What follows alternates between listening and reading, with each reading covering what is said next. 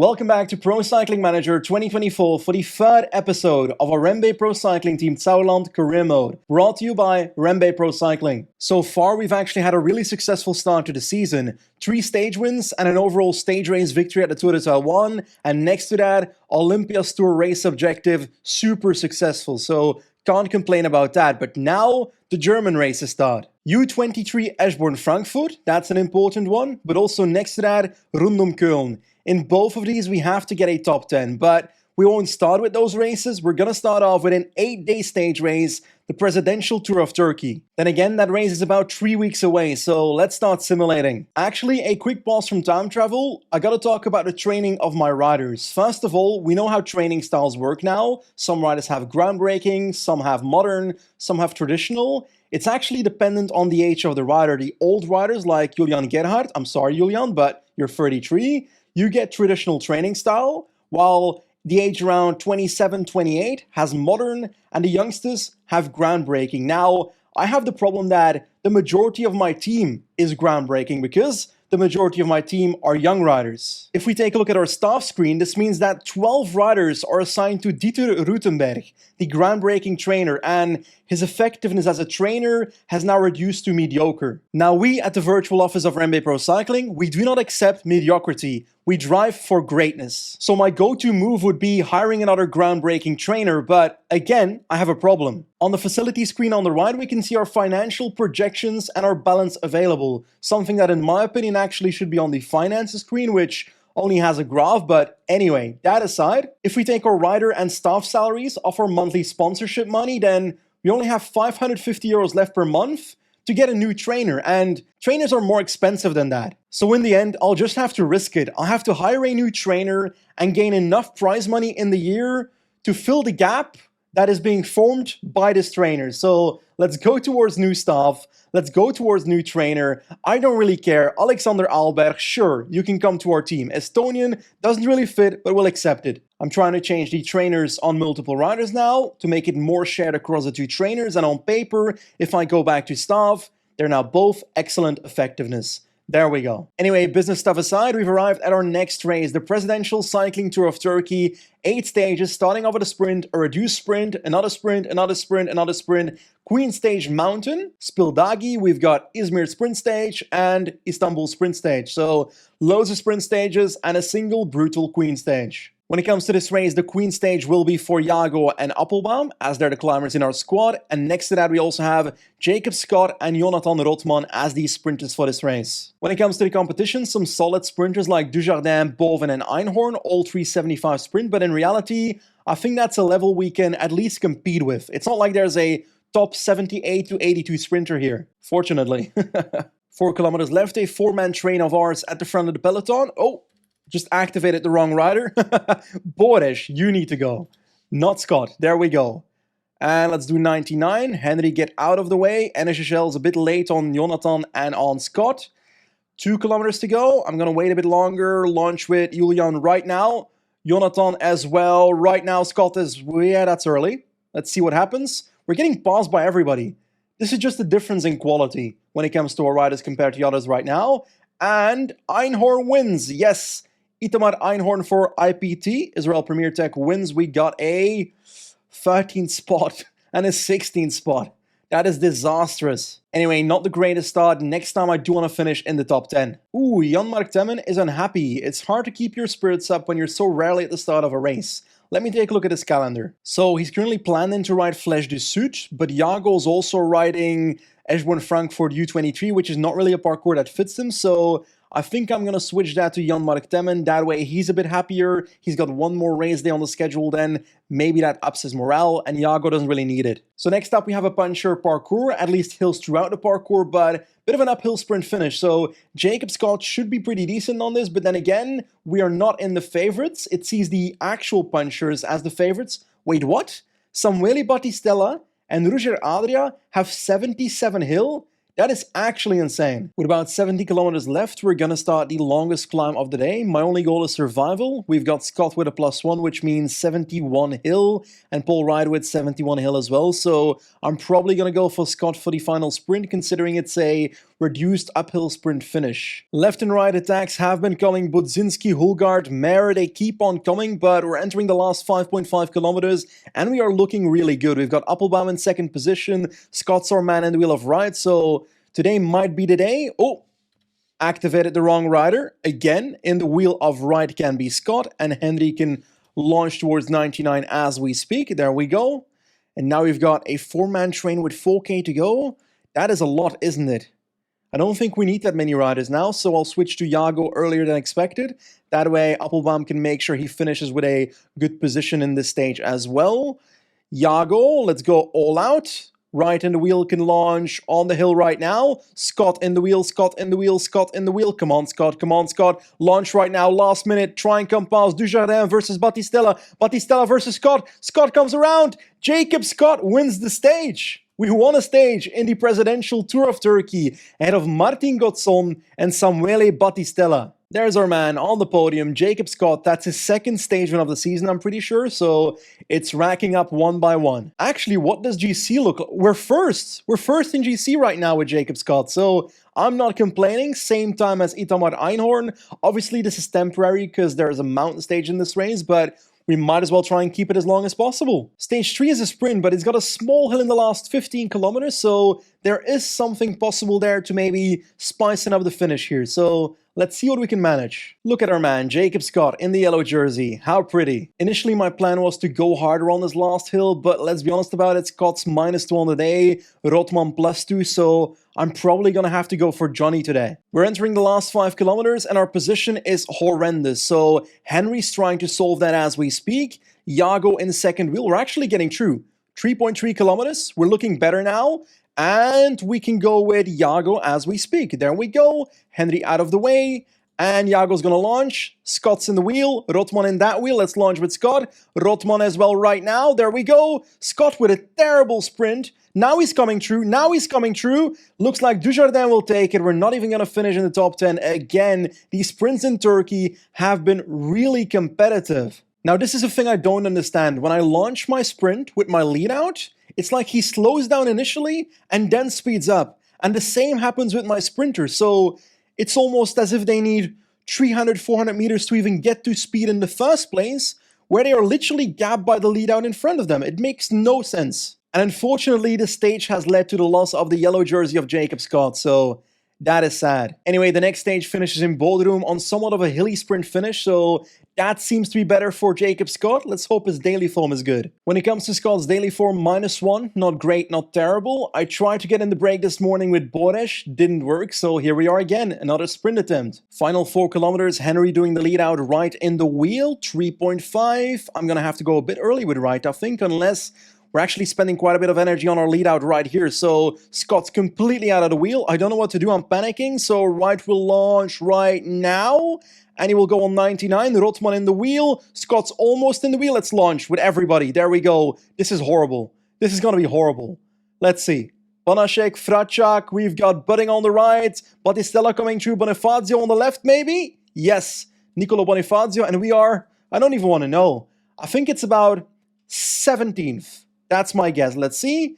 15th, 16th, 17th? No, 19th, even worse. And let's be honest, my sprint was so badly timed that my sprinter got 21st, my lead out got 24th, and my third lead out got 19th. My third lead out is my best rider here. But this is our time. This stage, from Bodrum to Kusadasi, this is the one. Has a few hills in the final few kilometers. I'm going to try and hammer those hills in. I believe that today is going to be our day. Come on, Henry, keep our team in position on these hills. 9 kilometers to go. Let's go 90 on this hill. We can recover in the descent. We've got an entire train of Total on the left that is trying to smash it, but we are still looking good when it comes to our position. 4 kilometers to go. Right goes all out, trying to launch us into this ascent. 3.5 kilometers to go. Jago is ready. Boresh and Scott in the wheel of him. Let's go right now with Jago in this corner, maybe. Right out of the way. And Boresh can launch as well. It's a descent run-in anyway. Let's launch onto the hill. There's no hill. It's a descent run-in. I forgot. Jago, Jago, Jago. Where is our sprinter? Our sprinter is in Narnia. He's in the Shadow Realm.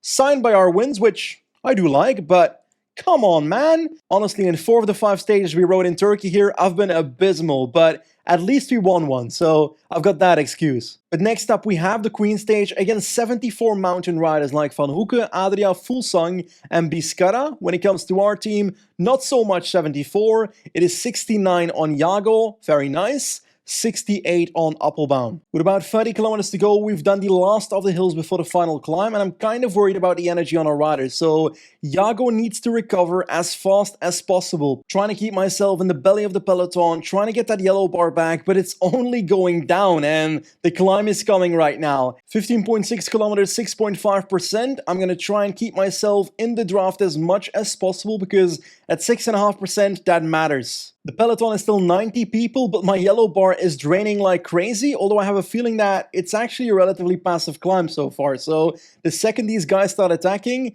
Jago might actually already be in trouble. Oh no, oh no, oh no, there's a gap, let's close it, let's close it, let's close it. We are back in the wheel, let's go. It's still 8 kilometers to go. I can't follow the tempo of the peloton, I have to do my own tempo, so I'm gonna focus on getting as many people past as possible as we climb this mountain. Sepp is done for, so it's now Henry's time to protect Jago.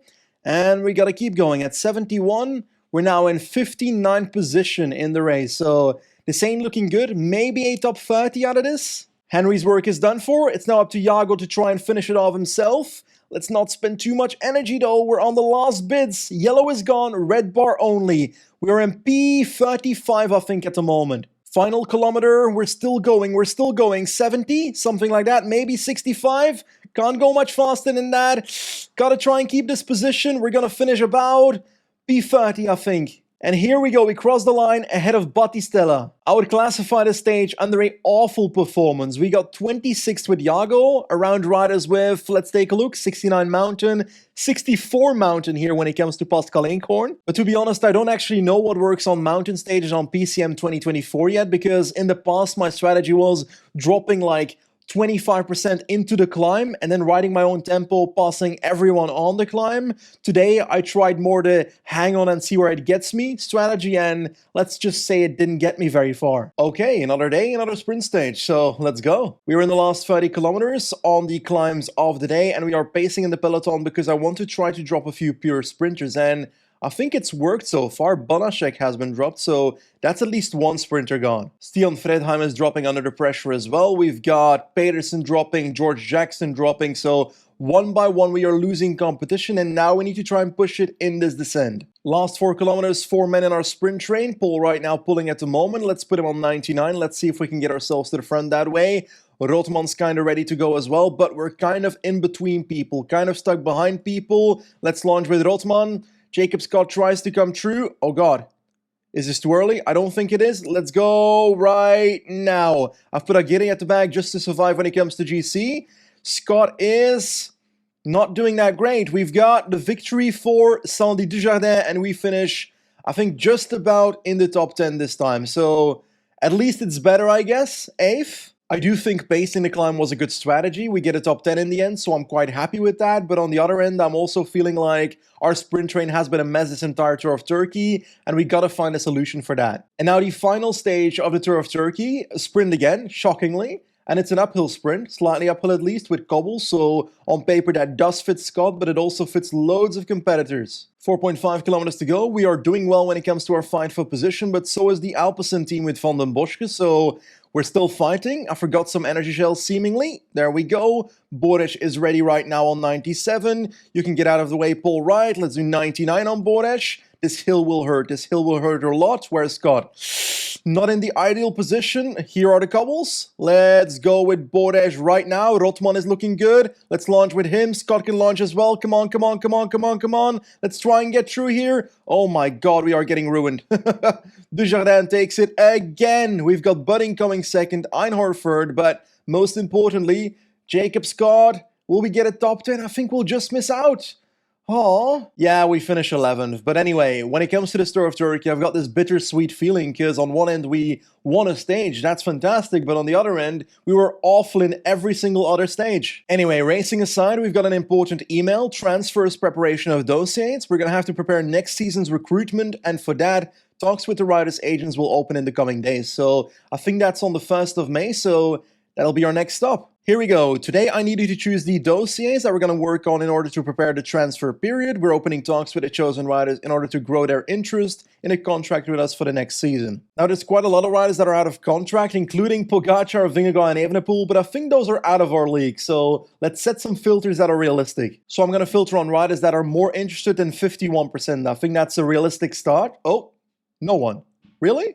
Oh, it's because I put and instead of or. That makes so much sense. There we go. We've got riders available. Now my transfer policy for this team will be a focus on 90% development, so riders that can grow within the team in the coming years, and maybe 10% a rider here or there that is more of a veteran that can deliver those quick wins in the next 2 years. Now let's start off with a young prospect, Emil Herzog. He's 19 years old. Stats-wise, kind of Northern Classic / Barodur type rider, so quite interesting. 3 evaluation, full potential right now, so that's the rider I do want to try to sign. Let's open dossiers with him. Next to Emil Herzog, I also want to sign some kind of GC prospect, so Hannes Wilksch might be the actual perfect candidate for that. 70 mountain, 70 hill, 67 time trial, so capable in that. 22 years old, from Germany. I reckon we should do this. While it is 9 points, I think it is worth it. There we go, Hannes is on the list. Now this man is quite intriguing. 18 years old, Louis Leidert on Little Track Future Racing, but his stats I can't figure out because on paper you see 66 hill, but then he's got like 60 acceleration, so there's no real punch to it. But I think considering he's got 4.5 potential at the age of 18, it's a risk we have to take. Only 3 points in cost, so it's worth it. Now, while I'd love to sign a super talent like Noah Isidore, 70 hill, 70 acceleration at the age of 19, I don't really think he fits too well in the team we have, and next to that, I think he might be a bit overpowered in the coming years, so I'll keep him out for now. Now, next to our Germans, we've got this New Zealand contingent in our team that I do want to build on. We currently have Greg Henderson as sports director, and the Big Show himself, Paul Wright, as one of our punchers. But there's quite a few interesting riders available from that country. So Louis Bauer, for example, 19, 69 sprint, very nice. I would like to sign him, so let's open the transfer dossiers with him. And most importantly, I was shocked to find out that Paul Wright himself only has 16 to 30% interest to re-sign with the team. So we have to open that transfer dossier with him as soon as possible to get that interest up towards the end of the year. Now on the left top you can see that when it comes to our dossiers we only have 5 points available at the moment, and I'm going to spend that on Jacob Scott because we want to re-sign him. Also 16 to 30% interest, so we got to get that up towards the end of the season. Let's open dossiers with him. There we go. That's our initial list. We've got Herzog, Scott and Wright extension, Hannes Wilksch, Louis Bauer and Louis Leidert. I think that's a solid list. And finally, we got to confirm the dossiers on the right top. There we go. Yes, indeed. Transfers aside, next up a sponsor objective. Eschborn Frankfurt U23 top 10 is required. But thanks to the fitness peak of Dominic Wise, I do believe we have a chance with that. He's got 69 sprint normally, so with race day condition, maybe 71, 72. That being said, according to the game, Bores and Rotman have a better chance of actually winning this. Now, before I jump into this race, I do want to thank the WorldDB team for helping me create the database for this career mode. They have a database out on the Steam Workshop, the WorldDB. Check it out. It makes your gameplay so much better. +3 sprint on Dominic Wise, so that is indeed 72 sprint. That is absolute perfection. 7.5 kilometers, Silas Keug now at the front, Henry Appelbaum in the wheel, Energy Gels on Rotman and Dominic Wise. This has to be the one. We gotta try and get the best possible sprint in the world in this race. Henry Appelbaum, it's your turn. Silas Keug out of the way, don't block your own teammates. There we go, perfection. And Boric is kind of losing the wheel of Henry, so not ideal. Let's try and move through. We're now with 3.5 kilometers to go, still in a solid position. 99 with Henry. We have too many riders here. Let's do 99 with Boric now. And I'm going to keep going, keep going, keep going. Rotman can go right now. Wise can be ready, Wise can be ready. Launch from the wheel, there we go. Dominic Wise, come on, come on, come on, come on, come on. Why does he not have speed? He goes backwards. Why does Dominic Wise go backwards? At least it looks like a top 10, 9th and 10th. So we secured our sponsor objective, but not very promising. I do not understand. I feel like I'm going insane. Every single sprint, my lead out sprints properly and my sprinter goes backwards relative to my leadout. It makes absolutely no sense. But hey, sponsor objective as expected completed, a success, top 10 required, top 10 given. Now my plan was to ride Tour of Turkey, Eschborn Frankfurt U23, but also Flèche du Sud and Rundum Köln, but I'll keep those last two races for the next episode. Now, we have to say every single sprint in today's video was an absolute mess and was a failure, but we did win a stage at Tour of Turkey and we did our sponsor objective when it comes to Eschborn Frankfurt, so I don't think we can really complain too much. Next time we'll do quite a bit of racing, starting off at Flèche du Sud, Rundum Köln, dwars door het Hageland, Ober-Österreich Rundfahrt, and the National Championships to finish off that video, so stay tuned for that video. As always, thank you very much for watching today's video, thank you to REMBE Pro Cycling for sponsoring the series, and I'll see you next time. Goodbye.